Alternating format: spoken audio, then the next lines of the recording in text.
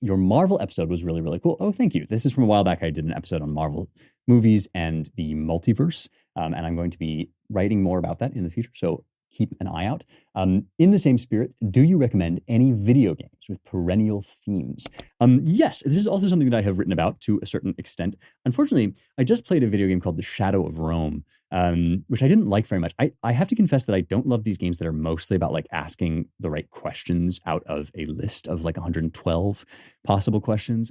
Shadow of Rome was really popular. I think it was I believe that it's originally a patch in, like a kind of expansion pack for Elder Scrolls. I think I got that right. But anyway, Shadow of Rome. If you're interested in Roman history, you might be interested in it. It's got some kind of cool speculation and philosophy about the gods and like whether the gods are just in ancient Roman theology or ancient Roman mythology. But unfortunately, the gameplay of that one was not so great.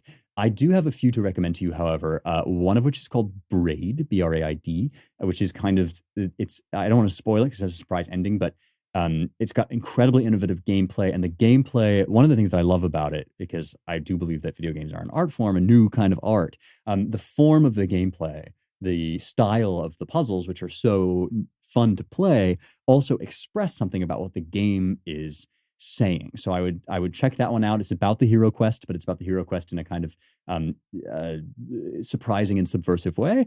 I think that games are really good about the hero quest. I wrote in an article for Law and Liberty called An Art That Offers Choices. I wrote that video games are kind of where the hero myth went as art became more and more abstract in the 70s, that RPGs kind of emerged to fill that role, first in tabletop form in Dungeons and Dragons. And then, another series that I really love is Final Fantasy. I think that Final Fantasy VII especially, and also a recent creation by the same guy, although not in the Final Fantasy series, called Fantasia. Fantasian, sorry, with an N at the end, has like these wonderful themes of memory, which we've talked a little bit about on the show too, like the necessity, the humanity of memory in the face of machines. That's kind of a fixation of the Final Fantasy series. I think that we will do some episodes on some of these, I think, because they're really worth going into in greater detail. But another one that has a kind of beautiful mythic quality to it is Ico. I think you can only get that on PlayStation 1. You might have to, patch in some kind of simulator or something if you don't have an old console. But I loved Ico. It's probably my favorite game ever. And these are, I think, very great examples of how you can use the visual capacities of video games and the added dimension of controls and actual game elements to tell stories in new ways. Final Fantasy 15, another one that does this. So all games that I'm big on and would heartily recommend. Inside is another one that kind of works this way a little bit. Very that one's very mythic, kind of just these basic simple themes, which is often the thing that works very well in video games too, is for suggestive imagery. There was a computer game called Heart of Darkness that did this very well back in the day. That's a classic. If you guys don't know that one, that one's fantastic.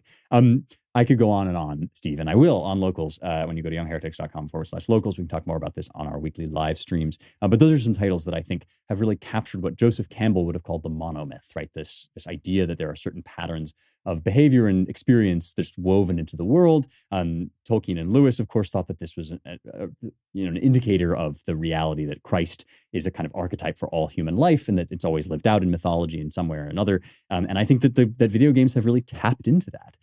The hero myth in video games. You can check out some of my writing on this again at Law and Liberty, and we'll talk more about it on Locals.